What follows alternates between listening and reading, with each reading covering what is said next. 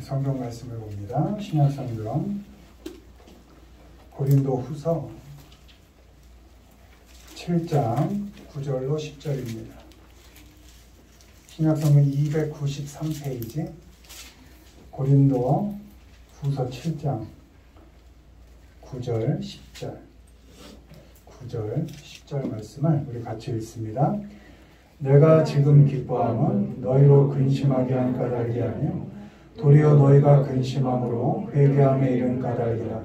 너희가 하나님의 뜻대로 근심하게 된 것은 우리에게서 아무 해도 받지 않게 하려 함이라. 하나님의 뜻대로 하는 근심은 후회할 것이 없는 구원에 이르게 하는 회개를 이루는 것이요 세상 근심은 사망을 이루는 것이니라. 아멘. 오늘은 하나님의 뜻대로라는 제목으로 말씀을 전합니다. 오늘이 5월 15일 스승의 날입니다. 주일로는 감리교 교회력으로 청년주일이고요. 또 스승의 날입니다. 선생님들이 스승의 날을 좀 즐거워하지 않는다고 합니다. 오히려 스승의 날이 좀 없었으면 좋겠다. 만약에 바꾼다면 그냥 교육의 날 정도로 이렇게 좀 했으면 좋겠다. 이렇게 한다고 합니다. 진짜 스승인 선생님들도 많이 있습니다. 우리 때는 학교 선생님들한테 맞아가며 옳은 길로 가도록 그렇게 지도를 많이 받았었고, 또 그것이 그때는 무척 아프고 힘들지만 그럼에도 우리가 엇나가지 않은 귀한 가르침이었다라는 생각이 살아보고 난 후에 이제 깨닫게 되죠. 또 특별히 저 같은 경우는 이제 교회에서 교회학교 선생님들이 맛있는 거 제일 많이 사주는 분도 교회학교 선생님이었고, 뭐 특별한 행사나 어떤 일들을 만들어서 즐거움을 주는 그런 분도 우리 교회학교 선생님이셨고, 힘들 때 뭐 어떻게 방법이 없을 때, 부모도 답을 주지 못하고 누구도 친구도 답을 못 줄 때 그래도 끌어안고 같이 기도하면서 이렇게 하는 게 어떻겠니? 라고 제안하고 끌어주고 함께 시간을 보내줬다. 그런 선생님들이 교회학교 선생님이셨던 것 같아요. 저 때만 해도 그랬던 것 같습니다. 선생님 그러면 저는 아직도 중고등학교 때 교회학교 선생님이 가장 기억이 많이 남습니다. 많이 뭐 먹는 것도 사주셨을 뿐만 아니라 가장 귀한 가르침을 줬다. 그런 식이다. 또 돌아보면 요즘은 정보를 여러 곳에서 얻을 수 있잖아요. 네이버가 스승일 수 있죠. 많은 가르침을 주니까. 근데 이제 정말 귀한 스승이 누구일까? 이렇게 생각해 보면 부모님인 것 같아요.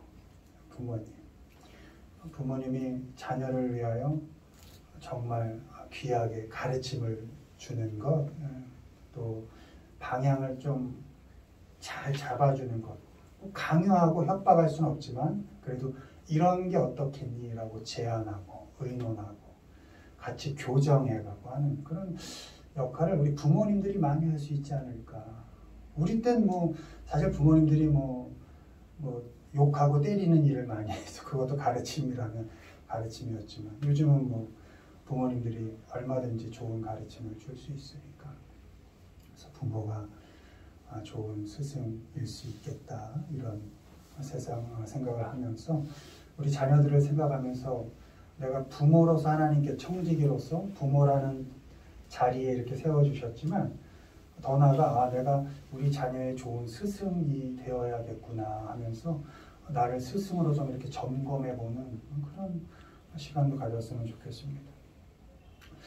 오늘 청년주일인데 청년 그러면 꿈을 가장 많이 가질 때입니다. 이것도 하고 싶은 게 너무 많고 되고 싶은 것도 너무 많을 때죠. 우리 부모님들도 젊은 부모든 나이든 부모든 부모가 되기 전에 청년이었을 때, 젊었을 때, 특별히 혼자였을 때 아마 꿈이 다 있었을 겁니다. 하고 싶은 일도 있었을 것이고 되고 싶은 사람이 있었을 것입니다. 이런 사람은 난 좀 되고 싶다.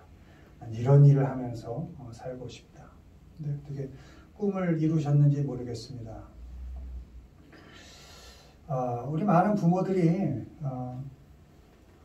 이제 청년의 시기를 지나 자녀를 낳고 부모가 된 후에 자신의 꿈은 어디로 간지 이제 점차 이렇게 사라집니다.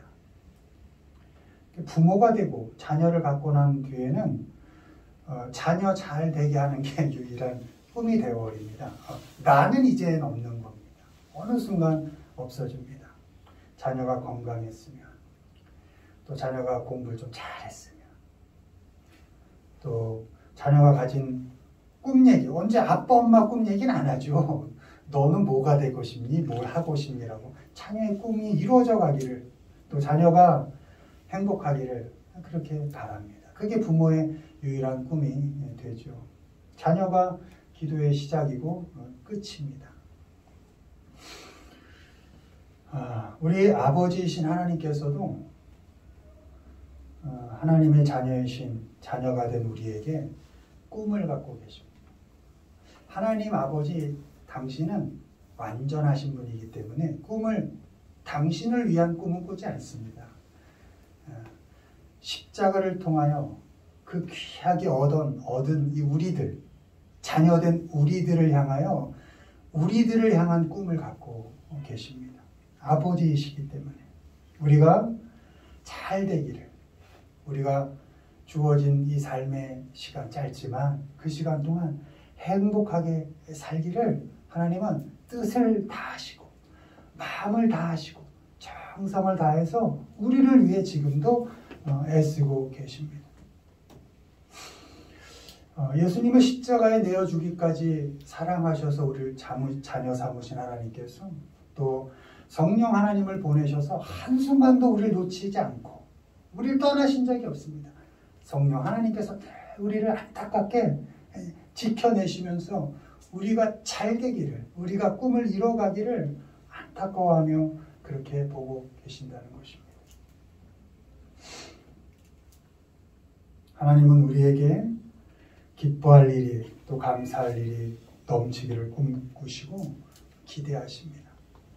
우리가 잘 살기를, 또 멋있게 살아내기를, 거기에 온통 모든 신경을 쓰고 계십니다. 데살로니가전서 5장 16절 18절에 항상 기뻐하라, 쉬지 말고 기도하라, 범사에 감사하라. 이는 그리스도 예수 안에서 너희를 향하신 하나님의 뜻이다. 이렇게 되어 있는데요. 이 하나님의 뜻이다. 이렇게 하라, 이렇게 안 하면 안 된다라는 의미로 우리가 받아들이는데 그런 의미가 아닙니다. 하나님인 너희의 아버지 나의 뜻이 너희가 항상 기뻐할 수 있는 일을 만들어 줄게, 이런 의미인 겁니다. 너희가 항상 기뻐할 수 있도록 할 거야. 너희가 기도하면 언제든지 그 기도를 들어줄 거야. 네 삶에 언제든지 감사함이 넘치게 할 거야. 그게 내 뜻이야. 너희를 향한 내 뜻이 그래. 이런 의미인 겁니다. 기뻐하며 살면 좋겠어. 힘든 일이 있을 때 나한테 기도해. 내가 어떻게든 이루어줘 볼게. 감사할 일 없을 때 그래도 한번 찾을 수 있도록 내가 너에게 감사해야 할 거리를 줘볼게. 한번 해보자, 살아보자. 이게 하나님의 뜻이라는 겁니다. 오늘은 우리 자녀된 하나님, 우리 하나님의 자녀된 우리에게 하나님께서 꿈꾸시고 또 뜻하시고 기대하는 삶이 무엇인지에 대해서 한 2가지 정도만 살펴보도록 하겠습니다. 읽습니다. 후회 대신 회개. 내가 지금 기뻐함은 너희로 근심하게 한 까닭이 아니요 도리어 너희가 근심함으로 회개함에 이를 까닭이라. 너희가 하나님의 뜻대로 근심하게 된 것은 우리에게서 아무 해도 받지 않게 하려 함이라. 하나님의 뜻대로 하는 근심은 후회할 것이 없는 구원에 이르게 하는 회개를 이루는 것이요 세상 근심은 사망을 이루는 것입니다. 아멘. 하나님은 우리가 후회하지 않길 바라십니다. 지난 일들, 또 지난 선택, 그리고 지난 많은 얽힌 관계들, 그 모든 지나온 시간들에 대하여 후회하지 않기를, 또 그 후회가 더 나아가서 근심으로 가지 않기를, 그것이 하나님의 뜻입니다. 로마서 11장 29절 하나님의 은사와 부르심에는 후회하심이 없느니라. 이 부르심은 우리에게 주신 삶에는 이라는 의미인 겁니다. 하나님께서 우리를 부르셨다라는 건 어느 삶으로 그 사명으로 우리를 이끌어내셨다. 그러니까 그 인생에 우리에게 주어진 그 인생에 하나님은 후회가 없다 이런 말씀인 겁니다. 하나님께서 우리에게 가진 꿈에는 후회가 없습니다. 각 사람의 분량대로 은사, 기프트라 그러죠. 선물을 주시고 각 사람이 충분히 그 인생을 누리고 살도록 그 삶이라는 과정, 또 인생이라는 시간을 우리에게 허락하셨습니다. 하나님은 후회하지 않으시는 우리의 인생을 우리가 후회와 근심으로 허비하고 낭비하지 않기를 바라십니다. 우리에게 주어진 삶을 질질 짜면서 살지 말라는 겁니다. 왜? 내가 후회하지 않는 너의 인생인데 왜 네가 너의 인생을 안고 질질 짜고 아파하며 사느냐 이렇게 말씀하고 있는 거예요. 내가 너의 인생에 후회가 없는데 왜 너는 그리 사느냐 이렇게 말씀하고 있습니다. 후회되는 일이 있죠. 그때 그렇게 안 했으면. 그렇게 후회되는 일이 있을 때 그것을 근심으로 우리의 신앙을 갉아먹는 근심으로 확장하지 않고 그 근심거리, 그 후회거리를 가지고 하나님 앞으로 오라는 겁니다. 내 앞으로 와라. 그게 회개입니다. 리펜트라는 건 다시 돌이켜라 이라는 거거든요. 네가 그런 후회되는 선택을 했어? 괜찮아. 그거 끌고 나에게로 돌아와. 이게 회개라는 겁니다. 그럼 하나님께서 용서, 회복시켜 주신다는 겁니다. 잘못 선택할 수 있어. 그래, 길을 잘못 갈 수 있지. 그래, 그럴 수 있지만 그걸로 네 삶을 근심으로 끌고 가진 마. 그대로 안고 내게로 돌아와. 돌이켜. 이게 회개라는 겁니다. 우리 하나님의 자녀들은 후회에 머물러 있어서는 안 돼요. 후회할 수 있어요. 그런 짓 할 수 있어요. 그러나 그때 삶을 자폭하지 않고 그 후회거리를 가지고 하나님께로 돌아서는 겁니다. 하나님께로 가져가는 겁니다. 그걸 회개라 합니다. 우리는 후회 대신에 회개를 선택하는 겁니다. 하나님은 우리가 후회로 마음이 상하는 것, 특히 신앙이 약해지는 것을 원하지 않으십니다. 후회할 일이 있으면 하나님 앞으로 와서 가지고 와서 돌이켜서 마음을 열고 하나님과 대화하기를 원하는 겁니다. 자녀 혼자 끙끙 앓다 자폭하는 것, 부모가 그거 원하지 않죠. 괜찮아. 그럴 수 있어. 일 갖고 와. 같이 해결해 보자. 이게 회개인 겁니다. 하나님이 같이 해결하시자는 겁니다. 그것이 하나님의 꿈이고 우리를 향한 하나님의 뜻입니다. 후회할 일이 있으면 돌이키면 됩니다. 늘 하던 생각의 길을 바꾸고 늘 가던 길을 돌이켜서 하나님께로 돌아가면 됩니다. 중요한 것은 후회할 일이 있을 때 하나님께로 가는 겁니다. 하나님께로 돌이켜서 가는 것, 그것이 회개인 것입니다. 하나님께로 가면 하나님께서 말씀해 주십니다. 그리고 격려해 주십니다. 용기를 주십니다. 그리고 다시 살게 하십니다. 하나님의 나를 향한 꿈 그리고 뜻을 다시 확인할 수 있습니다.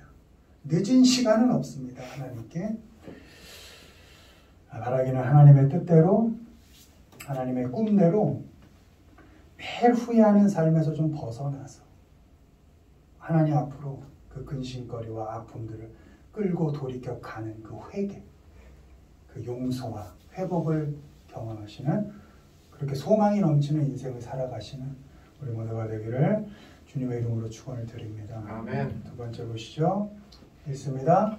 비교 대신 인정, 우리는 자기를 칭찬하는 어떤 자와 더불어 감히 짝하며 비교할 수 없노라.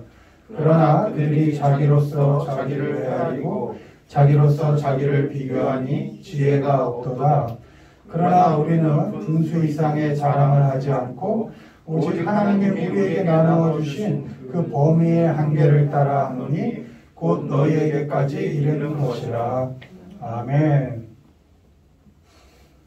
하나님의 뜻. 하나님은 우리가 비교하지 않길 바라십니다. 나의 형편과 조건을 다른 사람의 형편과 또 조건과 비교하지 않길 바라십니다. 왜? 그건 믿음 때문입니다. 내게 주어진 이 삶은 하나님께서 주신 것이다 라는 믿음이 있는 겁니다. 저 사람이 저런 환경 조건 저렇게 살고 있는 것 역시 이건 저 사람에게 주신 하나님의 분량이다 이런 믿음이 있기 때문에 결코 비교하지 않는 겁니다. 나를 나 그대로 존중해주고 내가 날 존중해주는 겁니다. 나를 내가 인정해주는 겁니다. 그리고 나를 내가 사랑해주는 겁니다. 왜요? 내가 날 생각할 때 참 인간 같지 않고 쓸모없고 참 별 볼 일 없는 인간이지만 그럼에도 하나님께서 이런 인간을 사랑해 주셨으니까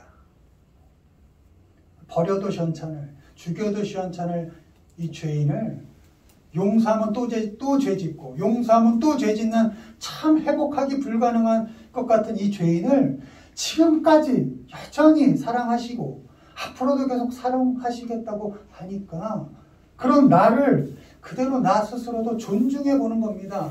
인정해 보는 겁니다. 나 스스로를 사랑해 주는 겁니다. 그것이 나를 향한 하나님의 꿈이십니다.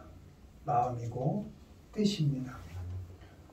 하나님은 우리에게 각 사람의 분량대로 은사를 주시고 각 사람이 충분히 그 인생을 누리고 살도록 삶이라는 과정 또 인생이라는 언제 죽을지 모르지만 인생이라는 그런 시간을 우리에게 허락하셨습니다. 그 귀하게 주어진 인생을 비교로 힘들어하고 아파하고 비교하면 어떻게 됩니까? 불만하게 됩니다. 그리고 오늘 이 귀한 시간을 비교하고 불평하느라 낭비하게 되는 겁니다. 오늘 낭비한 이 시간을 내일 또 가서 어제 왜 그랬을까 후회하게 된다는 것입니다. 하나님은 그렇게 비교로 자랑하고 자만하지 않기를 또 불평불만하지 않기를 바라십니다. 비교는 쓸데없는 짓이라고 오늘 말씀에 기록되어 있습니다. 왜요? 표준이 없기 때문입니다. 각자 자기가 기준이 되어서 비교한다 이렇게 기록되어 있습니다. 객관적인 기준이 없다는 겁니다. 비교의 기준이 수많은 각자인 겁니다. 수많은 나인 겁니다. 그래서 쓸데없는 짓이라고 기록되어 있습니다. 모든 사람이 자기 자신을 기준으로 비교합니다. 자기 자신을 기준으로 자만하고 자기를 기준으로 어떨 땐 자기를 비하하고 또 자기를 기준으로 어떨 땐 또 자랑하고 또 어떨 땐 자기를 기준으로 자폭합니다. 쓸데없는 거라는 겁니다. 이 비교라는 것이. 잠언 3장 6절 너는 범사에 그를 인정하라. 그리하면 내 길을 지도하시리라. 여러분 범사에 하나님을 인정한다면 나를 사랑하시는 나를 향한 하나님의 꿈도 인정해야 되는 거 아닙니까? 지금 나와 관계 맺고 있는 그 사람들 하나님이 허락하셨구나. 힘들지만 내가 지금 살아가고 있는 이 상황들 이 여건들 하나님이 허락하신 거구나. 인정할 수 있는 것 아닙니까? 하나님은 우리가 우리 자신 그대로를 인정하기를 바라십니다. 나의 나 된 것이 하나님의 은혜임을 알고 나 그대로의 한계와 나 그대로의 가능성을 인정하고 살기를 원하십니다. 사도 바울 그 귀한 분이 그 아픈 것만 좀 해결되면 더 멋있게 사도의 역할을 할 수 있어서 그거 좀 기도 드렸더니 내 은혜가 내게 족하다. 그거 뭐 치료 안 해주시잖아요. 그냥 안고 가는 겁니다. 바울의 고백이죠. 아, 내 은혜가 내게 족하다. 안고 가는 겁니다. 인정하고 지금 내게 주신 그 한계 안에서 하나님의 은사를 발휘하는 겁니다. 삶을 멋있게 살아가는 겁니다. 하나님이 나라는 인생에게 주신 그 은사의 범위, 그 한계를 인정하기를 바라십니다. 내가 놓여있는 상황과 조건, 또 함께하는 사람들, 또 이런저런 형편들 속에서 역사하시고 일하시는 그 하나님을 기대하고 살기를 하나님께서 꿈꾸십니다. 나의 범위와 한계를 인정하고 다른 사람의 범위와 한계를 인정해야 합니다. 내가 날 인정하면 이제 비로소 다른 사람도 인정할 수 있게 됩니다. 왜 저 인생은 저럴까? 손가락질 못합니다. 그를 그대로 인정할 수 있습니다. 나를 인정하는 것이 시작입니다. 나의 한계를 인정하고 내가 이런 게 부족하지. 하나님이 나에겐 이런 은사를 주셨는데 나에겐 여전히 이런 부족함이 있구나. 이런 걸 인정할 때 다른 사람에게서 보이는 그 부족함도 인정하게 되는 겁니다. 하나님이 저 그대로 받아주셨고 저 그대로 하나님이 쓰시지. 저 인생에게도 하나님이 꿈을 주셨지. 이뤄가실 거야. 라고 인정하게 되는 겁니다. 나와 너를 그 모습 그대로 인정할 때 비교를 멈출 수 있습니다. 비교를 멈추면 나의 삶 속에서 성실하게 일하시는 하나님을 볼 수 있습니다. 하나님의 나를 향한 꿈, 뜻을 다시 확인할 수 있습니다. 바라기는 하나님의 뜻대로, 하나님의 꿈대로 비교 대신에 하나님이 우리에게 나누어 주신 그 범위의 한계, 다른 말로 은사, 우리 각자에게 독특하게 주신 그 은사를 인정하시고 어떻게든 소망이 넘치는 그런 인생을 살아가시기를 주님의 이름으로 축원을 드립니다.